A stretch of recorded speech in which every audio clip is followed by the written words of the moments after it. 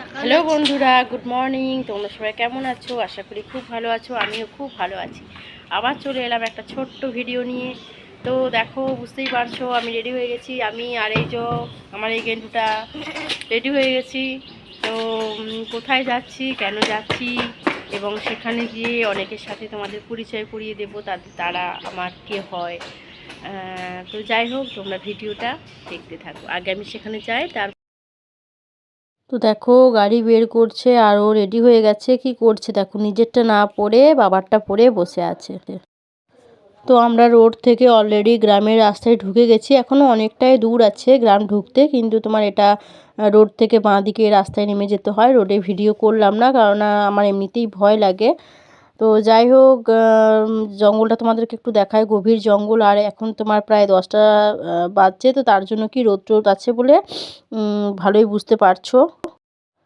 তো যা বলছিলাম, যার জন্য আসা, অলরেডি আমি চলে এসেছি। আমি বাপের বাড়িতে এসেছি। আর আমি চলে এসেছি। এখন তোমার দেখো, যে যা নিজের মতো করে বসে আছে। এটা আমার মামা হয়। একটু চা খেলাম, কেননা খুব ঠান্ডা। আমি চা খুব একটা খাই না, কিন্তু এই ঠান্ডাতে 2-1 বার পেলে বেশ ভালোই লাগে, তাই না? বসে বসে চাটা বেশ খুব মজাই লাগে। হচ্ছে বদমাসটা এসের থেকে, তার মধ্যে আবার আমার ছেলের সাথে সঙ্গে দাদা দাদা করে পাগল। আর সারাটা দিন, এখন প্রায় 1:30 বাজছে। 1:30 নয়, 1:10। তো মানে 10টার থেকে, আমি 10টায় এসেছি, 10টার থেকে যে কি করছে মানে বাপ রে বাপ। আমি জায়গাটা দেখাচ্ছি তোমাদেরকে, যে ওরা ওরা মানে দুজনাতে কি করেছে অবস্থা। এগুলো মা কয়েকদিন আগে তোমার গেছিলো ওই বোলপুরের ওই দিকে, তোমার কী সব জায়গা মতো মনে নেই, সোনাঝুরি হাট, ওগুলো গেছিলো। তো ওদের জন্য এইগুলো নিয়ে এসেছে। এইগুলো তো মনে হয় বালি মাখানো হয়ে গেছে মনে হয়। হ্যাঁ হ্যাঁ বলছে, দেখেছো কি অবস্থা করেছে। এগুলোকে কি করেছে, এরকম করেছিস কেন তোরা? নোড়াটা দিয়ে পাটা ছেড়ে দিলে তো ভালো হতো।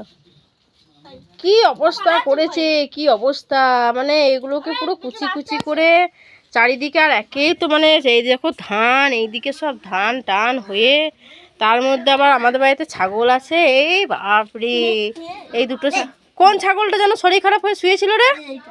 এইটা, হ্যাঁ, ওই ছাগলটা শুয়েছিল। নিয়ে আমি এসে একটু গায়ে হাত বুলালাম, ওট ওট করে করলাম সত্যি। তারপরে দেখলাম যে না, ও যা উঠে দাঁড়িয়েছে। সবাই খুব ভয় পেয়ে গেছিলো।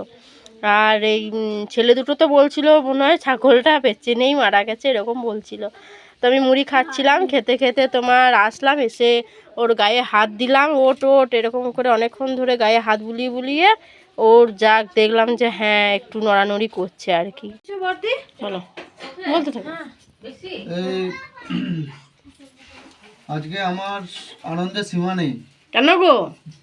আর কতজন তোরা, আমার দুটো ভাগ্নি সব দীঘা থেকে ঘুরে ফুর্তি করে একদম, বউ, আমি, দিদি, আমার ভাগ্নিরা, সামনে আবার আমার জামাই বসে আছে।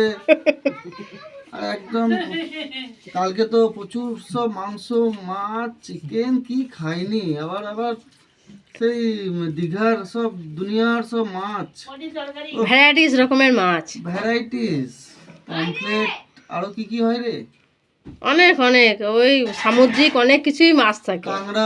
কাংড়া সেই ভেজে দিল, কি টেস্ট, আহা। তো সেজন্য আজকে আমরা খাচ্ছি একদম সাধারণ খাবার না, বিনস দিয়ে। এটা একটা চচ্চড়ি টাইপের করেছে বর্দি। খেয়ে একবার দেখি স্বাদটা কেমন, খেয়ে দেখো, একটু দেখে নি।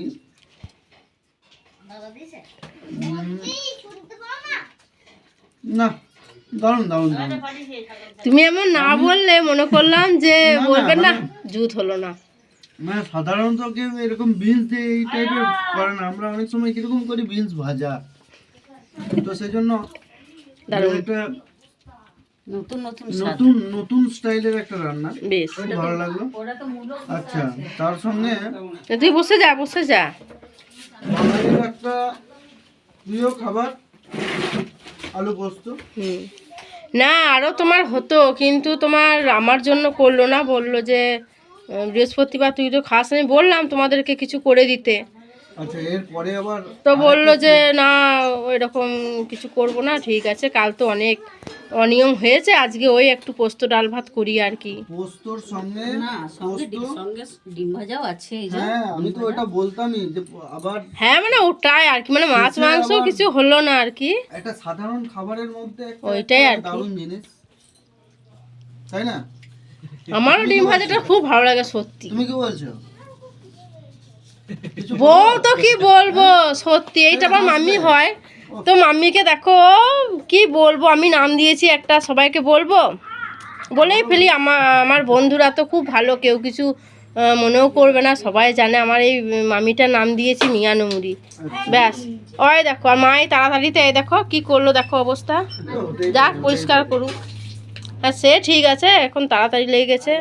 আর মামির নাম দিয়েছি, নামটা বলি মিয়ানমুড়ি, হুম, মিয়ানমুড়ি নাম দিয়েছি। ও ঝিমি আছে। তো ওরা সবাই মিলে দীঘা গেছিলো, তো তার জন্যই ওদের আসা, এবং আমারও তার জন্যই একটা দুটো দিনের জন্য আসা। সবার সাথে খুব ভালোই কাটালাম, ওদের সঙ্গে হাফবেলা, আর আমি থেকেই যাব, আমি দুদিন থাকবো একেবারে বোনের সাথেই আমি চলে যাব। তো যাই হোক ওরা এখন বাড়ি যাচ্ছে, আর এই যে মন্দিরটা তো হচ্ছে, এখন পুরো কমপ্লিট হয়নি, পুরো কমপ্লিট হলে তোমাদেরকে তো আমি দেখাবই। ওরা এখন চলে যাচ্ছে, ওরা বর্ধমানে থাকে, তো 3টি ট্রেন আছে, এখন তোমার 2:10 বাজছে, এখনই বেরোচ্ছে। এবার ধরো এত দূর যাবে, তারপরে টিকিট কাটবে, তারপরে ট্রেন। তো যাই হোক কী আর করা যাবে, এটা আমার মামি হয়, আর মামা, আর মামার পাশে যে বসেছিল ওটা আমার বোনের বর হয়। সবার সাথে পরিচয় করিয়ে দিলাম, আর দিদিরাও এসেছিলো, দিদি জামাইবাবু, দিদির মেয়ে, তারা তোমার সকালেই মানে দীঘা থেকে ব্যাক করে সঙ্গে সঙ্গেই মানে 1 কাপ চা খেয়ে ওরা চলে গেছে। মানে খুব আসলে থকে আছে না, 2 দিন ধরেও ঘুম হয়নি, তো বলছে ঠিক আছে চলে যায়, আবার পরে আসবো। ঠিক আছে কী আর করা যাবে। আর এই মামা মামিও চলে যাচ্ছে, থাকলে বেশ ভালোই হতো বললাম, কিন্তু ধরো সকালেই আবার মামার ডিউটি আছে, তো বললো যে না সকালেই ঠান্ডা পড়ে গেছে, যেহেতু এত সকালে যাওয়ার থেকে বিকালেই চলে যাওয়াটা বেটার। তো বললাম ঠিক আছে, তা ঠিক, যা ঠান্ডা পড়েছে এত সকালে যাওয়াটা অসম্ভব ব্যাপার, তাই ওরা চলে গেল আর কি।